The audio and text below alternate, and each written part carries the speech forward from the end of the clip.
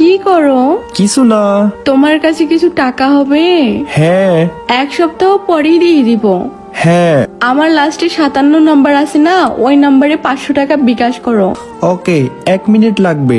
2 দিন ধরে কেমন যেন করতেছো। টাকা গেছে? আসছে। কি রে, কি? কিছু বলছো না যে? কি বলবো? ইগনোর করতেছো? তোমাকে ইগনোর করার সময় নাই আমার। তাই? কালকে বিকালে কোথায় ছিলে? বাসায় ছিলাম, শরীরটা খারাপ ছিল, সারাদিন ঘুমাইছি। দাঁড়াও। কি বলো? 1 মিনিট দাঁড়াও। ওকে। এই দেখো, চেনো জায়গাটা? না, ছবি থেকে কিভাবে বুঝবো? একটু ভালো করে দেখো। মনে হচ্ছে বালুর মাঠ আর কাশফুল। আর একটু ভালো করে দেখো, চিনবে মনে হয়। সত্যিই কনফিউজড, চিনি না। মিথ্যা কেন বলো তাসকিয়া? মিথ্যা কি বললাম? কালকে বিকালে সত্যি সত্যি বাসায় ঘুমাইছো তুমি? ঘুমাইছি, তবে তবে কি বলো?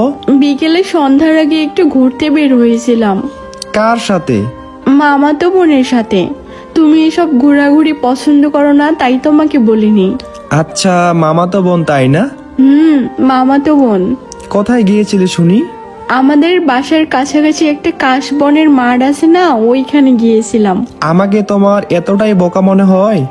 না, তা মনে হবে কেন? তুমি বিকাল 3টায় একটা রিক্সা করে কাশফুলের মাঠে আসছিলে। রিক্সায় তুমি একাই ছিলে, একাই আসছো।